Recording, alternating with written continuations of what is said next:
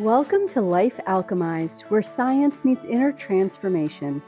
I'm your host, Natasha, a leadership coach and psychologist. There's a particular kind of magic that happens when a thought becomes a plan. Not the kind of magic with smoke and mirrors, but the human kind of magic. The kind where something that once lived only as a longing, a pressure, a dream, or a whisper begins to take form.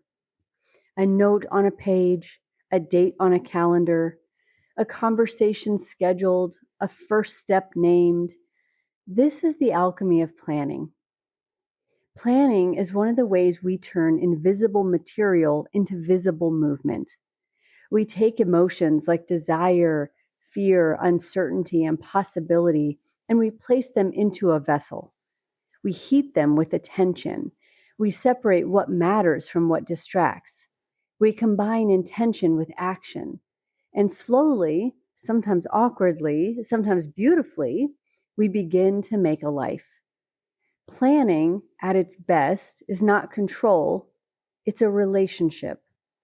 It's a relationship with time, a relationship with our future self, a relationship with reality, and a relationship with change. Dwight Eisenhower famously said, "Plans are worthless, but planning is everything." And that line is often misunderstood. It doesn't mean that plans are actually completely useless. It means that the real value of planning is not that life will obey the document. Life is not a well-trained golden retriever. Life has weather, life has traffic, it has surprise invoices and sick days and shifting priorities and Tuesdays with suspicious energy. The value of planning is that the act itself changes us.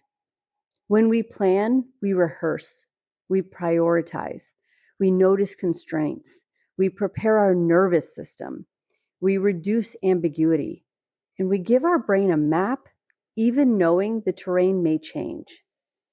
The plan may not survive contact with reality, but the planner becomes more capable. That is the first alchemical principle of planning. The plan changes the planner. Alchemy, historically, was both a practical and symbolic tradition. Alchemists work with substances, vessels, heat, transformation, purification, and refinement. They are often remembered for the dream of turning lead into gold. But alchemy was also a way of thinking about transformation itself. How does one thing become another? What must be broken down? What must be purified? What must be recombined? And what must be sealed in the vessel long enough to change? And planning asks the same types of questions. What raw material do I have? What am I trying to make? What must be released? What must be protected? What is the next right operation? Without planning, life often arrives in a swarm. Emails, needs, errands, ambitions, problems, dreams, all buzzing in the same mental room. Planning gives each thing a place to land.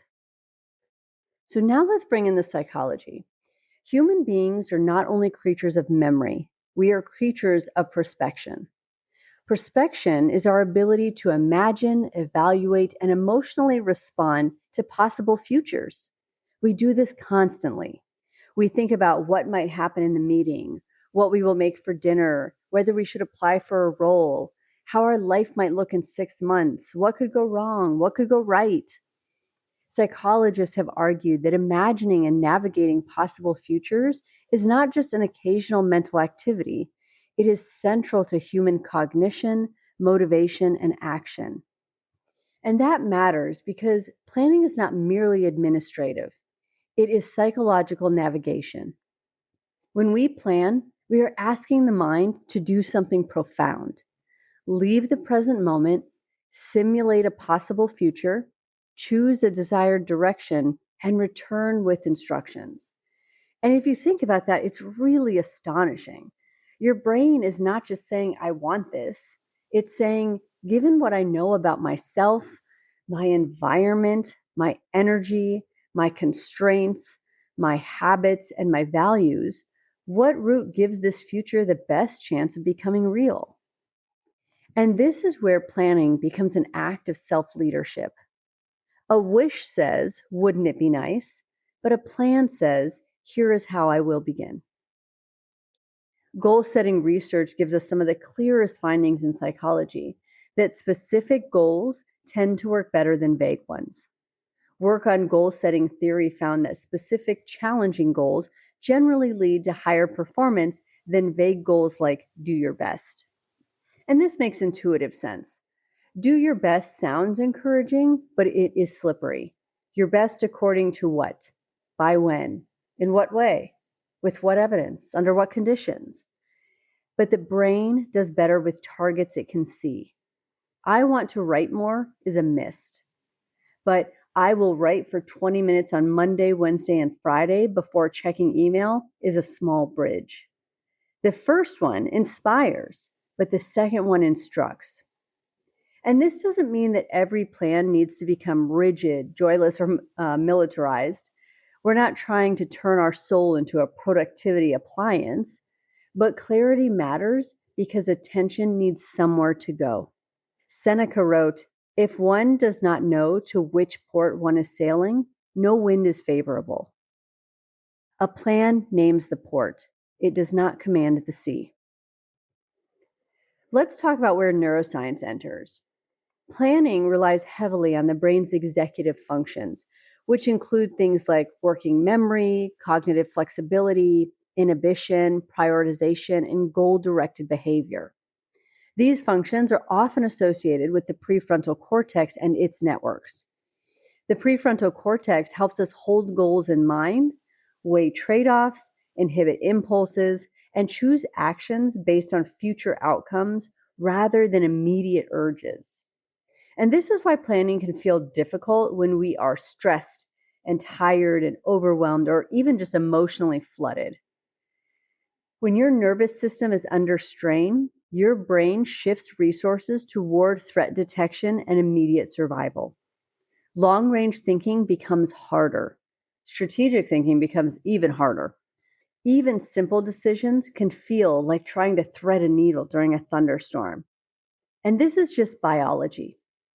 Because under stress, the brain becomes more interested in what must I handle right now than what elegant quarterly rhythm best aligns with my values and long-term flourishing, which would be so lovely if we could stay in that space all the time. But this leads us to another important psychological concept, and that's implementation intentions. Research on implementation intentions shows that people are more likely to follow through when they create if-then plans.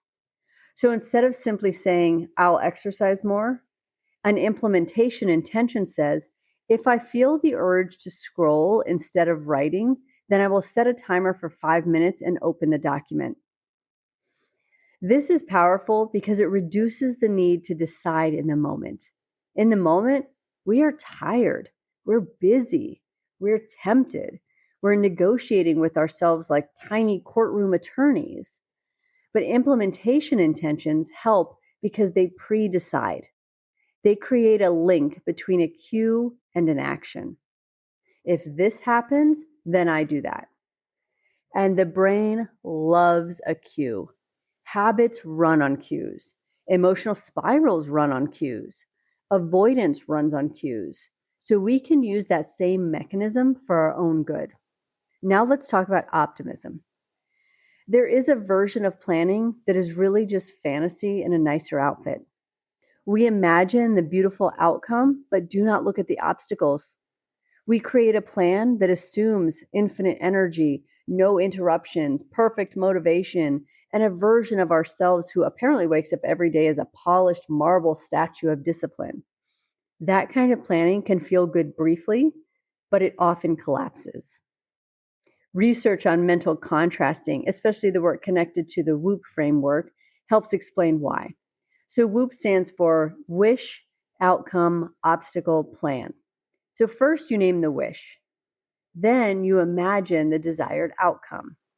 Then, and this is the crucial part, you identify the internal obstacle most likely to get in the way. Then you create a plan. And this matters because planning requires both hope and honesty. The obstacle step is especially important because the most powerful barriers are not always external. Sometimes the obstacle is not, I don't have time. Sometimes it's, I avoid starting when I don't know how to do it perfectly. A real plan makes room for the real person, the one with limits, needs, moods, responsibilities, ambition, contradictions. And this is why planning is not only about productivity, it's about self-knowledge. Aristotle wrote, knowing yourself is the beginning of all wisdom. Planning helps us know ourselves because our plans reveal our assumptions. Now, there is one more tension to name, and that is that planning can become a way to avoid living. Some of us love planning because it gives us the feeling of movement without the risk of action. We make the chart, we buy the notebook, we color code the categories, and then we do not begin. And this is shadow planning. Planning as protection from uncertainty and as a way to remain in possibility, where nothing has failed yet because nothing has truly started. And if that's you, be kind but honest. At some point, you must actually carry out the plan. Planning is the vessel, not the gold. Planning is how we say to the future, I'm willing to meet you with intention. It's how we say to ourselves, what matters to me deserves structure. And it's how we turn the raw material of a life into something more conscious, more deliberate, and more alive. Before we close, I want to recommend a book that connects beautifully to this episode, Creating Your Best Life, The Ultimate Life List Guide by Carolyn Adams Miller and Michael B. Frisch. This book is a practical, optimistic, research-informed guide to goal setting and life design. What I appreciate about it is that it doesn't treat goals as these cold achievement trophies. It connects goal accomplishment with well-being, meaning, and happiness. And the book walks readers through exercises and reflections to identify what they genuinely want across different areas of life. The life list approach also helps expand planning beyond productivity. It invites us to think about dreams, contribution, joy, mastery, connection, and experiences we might otherwise postpone indefinitely. In that way, the book reminds us that planning is not only for deadlines and obligations, it can also be an act of devotion to our own aliveness. It's especially useful if you want a structured way to clarify meaningful goals and begin translating them into action. The tone is accessible, the exercises are concrete, and the premise fits beautifully with positive psychology. When we pursue goals that are meaningful, aligned, and specific, we are not just chasing accomplishment. We are participating in the creation of a life that feels more fully our own. So here's the invitation. Do not plan because you are behind. Plan because your life is made of precious material. And every so often, it deserves to be gathered into the vessel, warmed with attention, and shaped little by little into gold. Thank you for listening to Life Alchemized. If something here resonated, let it settle before you rush forward. Awareness is already movement.